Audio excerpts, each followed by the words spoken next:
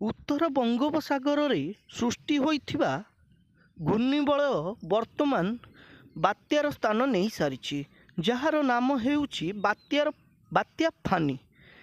यहाकू पाणीपाग तरफ मिलिथिबा सूचना अनुसार वर्तमान यह तमिलनाडु को हाई अलर्ट जोन में रखा जायछि। यार प्रभाव तमिलनाडु रे प्रबल रु अति प्रबल मात्रा रे पड़िबो।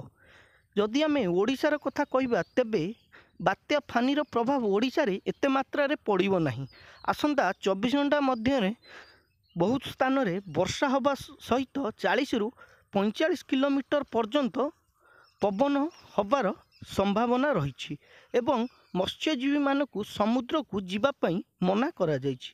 फ्रेंड्स, यही भिडियोटी आपण मानक फ्रेंड्स निश्चिंत शेयर करी दियंतु, कारण यह एक एमिति भिडियो अटे जहाद्वारा कि आपण फ्रेंड माने भी बात्या हवा पूर्वर से माने सजग होई पारिबे। धन्यवाद।